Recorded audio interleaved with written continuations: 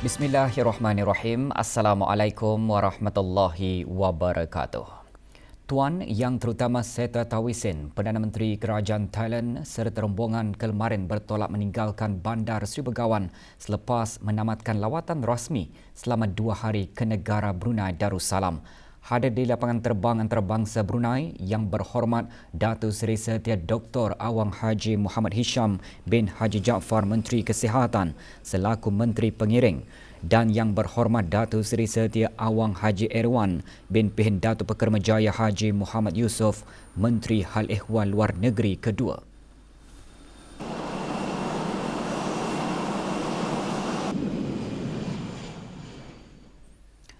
Negara Brunei Darussalam akan mengadakan sembahyang sunat hajat, membaca surah Yasin dan doa khas bagi memohon perlindungan dan keselamatan untuk rakyat dan negara Palestin hari ini 12 Oktober. Orang ramai dialuk-alukan hadir ke masjid, surau dan balik ibadat di seluruh negara bagi sama-sama memohon kehadrat Allah Subhanahu Wa Taala agar rakyat dan negara Palestin diberikan keselamatan oleh Allah Subhanahu Wa Taala serta mendapat kemenangan dan keamanan untuk rakyat dan negara Palestin. Majlis akan bermula pukul 5.30 petang. Tumpuan utama majlis bagi daerah Brunei dan Muara akan diadakan di Jami Asri Hassanal Bolkiah, Kampung Giarong, Masjid Muhammad Jamalul Alam Kuala Belait, Masjid Hassanal Bolkiah Pekan Tutong dan Masjid Utama Muhammad Saleh Pekan Bangar. Dalam memahami sifat dinamik cabaran keselamatan berterusan yang menjejaskan agenda pembangunan, keamanan, kemakmuran dan kestabilan rantau, tindak balas yang strategik, holistik dan rentas tonggak adalah diperlukan untuk mengurangkan kesan cabaran. Manakala dasar pertahanan ke arah membangun keupayaan ketenteraan yang berkesan untuk memenuhi keperluan operasi berperanan penting dan pada masa yang sama menyokong dan mendukung pendekatan whole of government dan whole of nation seperti yang digariskan dalam Kertas Putih Pertahanan 2021. Menteri di Jabatan Perdana Menteri dan Menteri Pertahanan kedua berucap demikian semasa majlis penutupan kursus Maktab Turus CSC Angkatan Bersenjata Diraja Brunei ABDB sesi ke-13. Yang Berhormat Pihin Datu Lela Raja Major Jeneral Bersara Datuk Paduka Seri Haji Awang Halbi bin Haji Muhammad Yusof juga meletakkan kepentingan CSC dalam melengkapi graduan dengan ilmu pengetahuan ketenteraan, kemahiran operasi dan cerapan keselamatan bagi meningkatkan kemahiran mereka setelah memikul jawatan yang lebih tinggi. 35 pegawai tentera tempatan dan antarabangsa menerima sijil mereka. Peserta terdiri daripada pegawai ABDB dan pasukan polis Diraja Brunei serta 16 peserta antarabangsa. Pada tahun ini, anugerah cemerlang keseluruhan diberikan kepada Major Andrew Keith daripada Tentera Udara Amerika Syarikat. Anugerah kepujian ABDB dan anugerah cemerlang akademik diterima oleh Major Ernest Chin Jin Hua daripada Tentera Udara Republik Singapura. Manakala anugerah komandan diberikan kepada Lieutenant Commander Muhammad Hazir Zuhdi bin Haji Sulaiman Tentera Laut Diraja Brunei. Kursus selama 40 minggu itu dikendalikan dengan kerjasama UBD.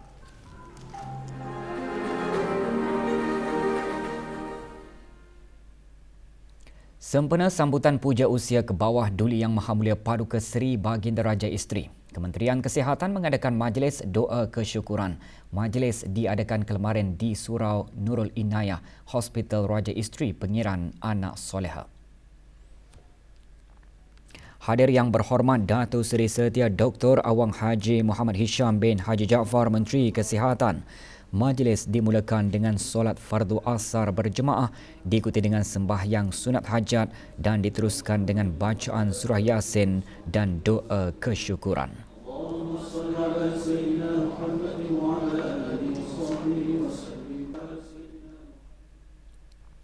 Budaya membentuk identiti individu dan masyarakat. Era moden yang dipenuhi dengan kemajuan teknologi dan maklumat tanpa henti telah membuka peluang dan cabaran terutama dalam melindungi, memelihara dan mempromosi nilai budaya dan identiti. Menteri Kebudayaan Belia dan Sukan menyatakan perkara itu pada majlis perasmian Mesyuarat Jawatankuasa ASEAN mengenai kebudayaan dan penerangan ASEAN COCI ke-58. Yang berhormat Datuk Seri Setia Awang Haji Nazmi bin Haji Muhammad dalam ucapannya menekankan 3 strategi untuk dilaksanakan oleh ASEAN COCI bagi memastikan budaya dan warisan kekal relevan dan mampan kepada komuniti dengan komunikasi berkesan dan strategik terutama bagi generasi masa depan. Antaranya penting semua pihak memastikan peralihan kebudayaan dari satu generasi ke satu generasi. Kepentingan memupuk dan melibatkan generasi muda dalam pemeliharaan dan promosi budaya tidak boleh dipandang remeh. One of the remarkable consequences of culture's evolution is the emergence of the creative economy. It draws upon the rich ASEAN's cultures, histories, traditions, and the dynamism and creative energy of our youth, manifesting in various forms such as design, music, fashion, and more. Negara Brunei Darussalam menjadi tuan rumah mesyuarat Jawatankuasa ASEAN ke-58 mengenai kebudayaan dan penerangan bermula 9 hingga 12 Oktober. Mesyuarat dianjurkan bersama oleh Kementerian Kebudayaan Belia dan Sukan dan Jabatan Penerangan Pejabat Perdana Menteri. Sesi plenari dipengerusikan oleh Dr. Dayang Siti Nurhalbi binti Haji Wasal Filah, Timbalan Setiausaha Tetap Kebudayaan, Kementerian Kebudayaan Belia dan Sukan. Mesyuarat antara lain membincangkan projek-projek di bawah Jawatankuasa Kecil Kebudayaan dan Penerangan.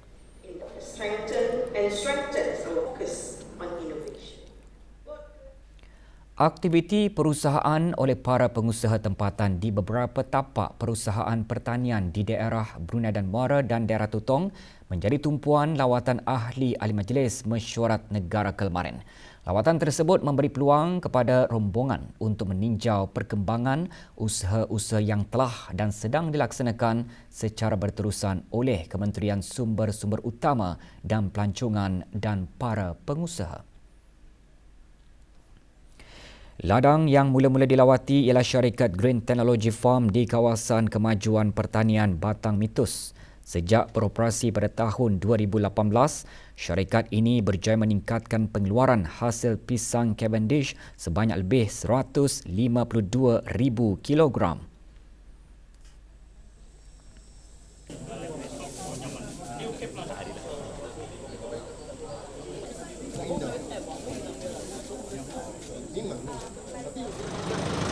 Juga ditinjau syarikat Harvest Moon Trading di kawasan kemajuan pertanian Kilanas.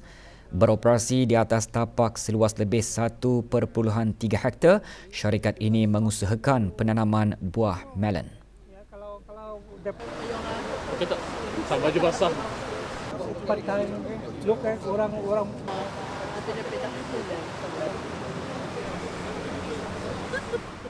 Dengan menggunakan sistem fertigasi, syarikat Akmal Azman Agriculture Farm di Pusat Penyelidikan Pertanian Brunei Kilanas berupaya mengusahakan penanaman sayur-sayuran, cili dan timun. Pada tahun lalu, syarikat ini berupaya mengeluarkan hasil ladang lebih 13,000 kilogram.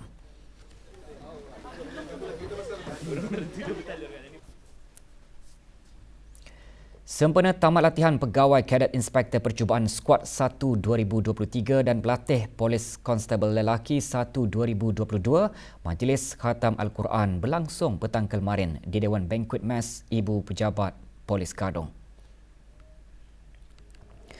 Bacaan surah Al-Fatihah beramai-ramai dipimpin oleh Datuk Paduka Seri Awang Haji Muhammad Irwan bin Haji Hambali, Pesuruhjaya Pasukan Polis di Raja Brunei.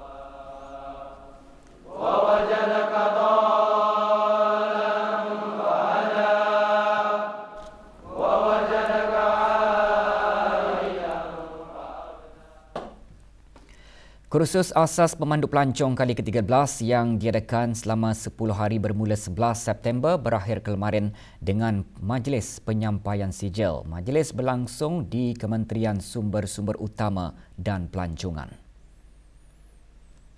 Penyampaian sijil disempurnakan oleh Dayang Hajah Tutiyati binti Awang Haji Abdul Wahab Setia Usaha Tetap Kementerian Sumber-Sumber Utama dan Pelancongan. Dikendalikan dengan kerjasama Jabatan Kemajuan Pelancongan dan Kolej Perniagaan Laksamana. Kursus antara lain bermatlamat memantapkan lagi kemahiran para pemandu pelancong dalam memberikan perkhidmatan yang berkualiti dan memenuhi piawaian yang ditetapkan.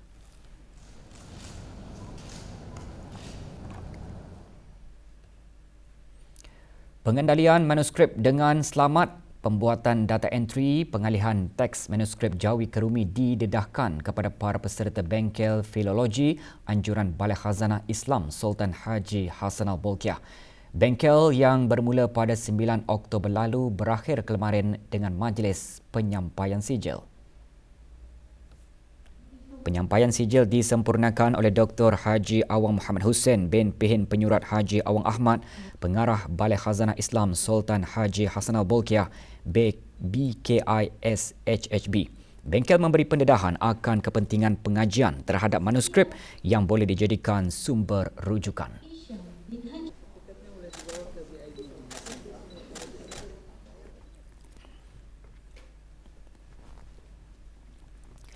Pusat Dakwah Islamiah melalui bahagian pembangunan mu'allaf, pengupayaan mu'allaf mengadakan majlis dikir sempena sambutan Maulud Nabi Muhammad sallallahu alaihi wasallam bersama mu'allaf daerah Tutong. Majlis diadakan malam tadi di bangunan Persatuan Saudara-Saudara Baru Persatu daerah Tutong. Majlis seumpamanya bertujuan menggalakkan golongan mu'allaf melibatkan diri mengikuti aktiviti atau majlis keugamaan bagi sama-sama membesarkan hari-hari kebesaran Islam. Ini termasuk memperingati hari kelahiran baginda Rasulullah sebagai menunjukkan kecintaan terhadap baginda.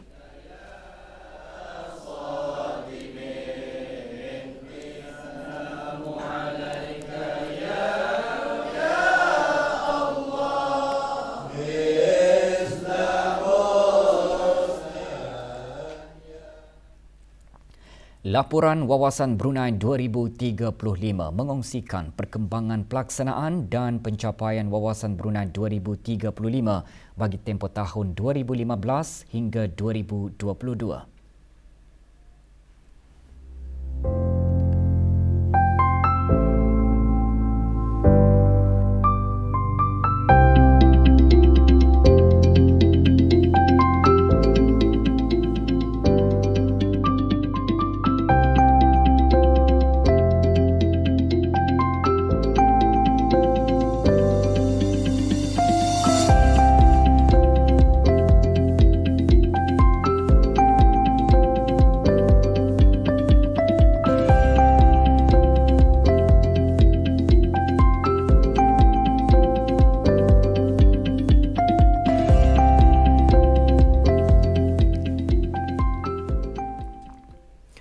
Program Pembangunan Eksekutif bagi Pengurus Kanan Anjuran Sekolah, Perniagaan dan Ekonomi Universiti Brunei Darussalam UBD berakhir dengan majlis penyampaian sijil. Penyampaian disempurnakan oleh Profesor Dr. Muhammad Ayub Saddiq, Penolong Naib Chancellor Inovasi dan Perusahaan UBD. Diadakan sejak 18 Julai, program yang disertai oleh pengurusan kanan syarikat penerbangan Diraja Brunei antara lain bertujuan bagi menyediakan para peserta dengan pengetahuan perancangan strategik, tadbir urus korporat Islam dan pembinaan kapasiti. Program pembangunan eksekutif turut mempamerkan ikatan erat antara akademik dan pihak industri.